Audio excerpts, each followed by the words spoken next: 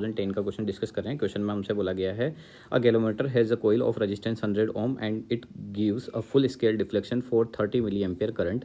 If it is to work as a voltmeter of 30 volt range the resistance required to be added will B.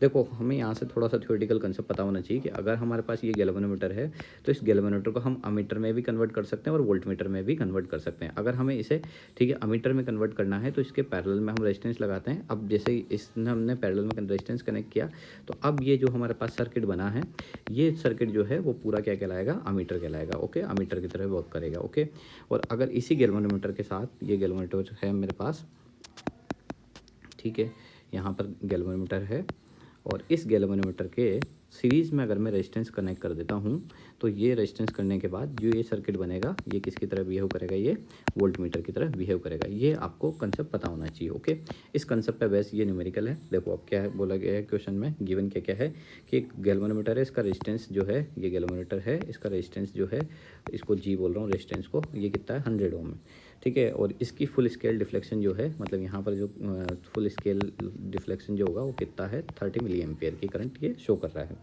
If it is work as a voltmeter, अब देखो इसको volt meter में convert करना है तो फिर मेरे को यहाँ पर क्या करना पड़ेगा, एक रेजिस्टेंस जो है इसके सीरीज़ में अप्लाई करना पड़ेगा। और सीरीज़ में अप्लाई करने के बाद ठीक है, ये सपोज करो यहाँ पर टर्मिनल 1 है और यहाँ पर टर्मिनल 2 है, तो इन दोनों टर्मिनल्स के बीच में जो पोटेंशियल डिफरेंस होगा वो वोल्ट मीटर की तरह बिहेव करेगा और वो कितना है 30 वोल्ट रेंज का होगा। ओके, ये यहाँ पर हमें ये गिवन है।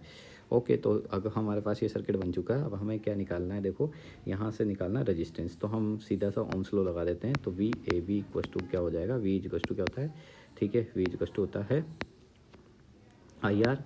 ओके, तो यहाँ से मैं आई जो है मेरे पास आई इक्वस टू हो जाएगा V A B by R. Okay, V equals to I R, तो I equals to V A B by are.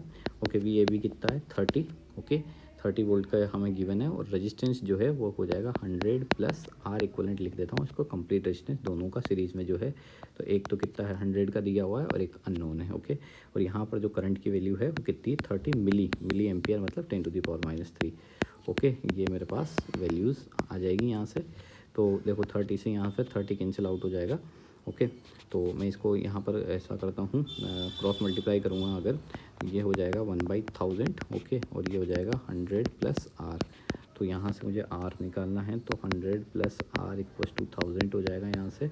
तो आर की वैल्यू हो जाएगी 1000 माइनस 100, मतलब आर की वैल्यू कितनी हो जाएगी 900 ओम। ओके, तो आई होप आपको क्वेश्चन समझ में आया होगा। इसका करेक्ट ऑप्शन है सेकंड, और ये एक इम्पोर्टेंट क्वेश्चन है, ठीक है।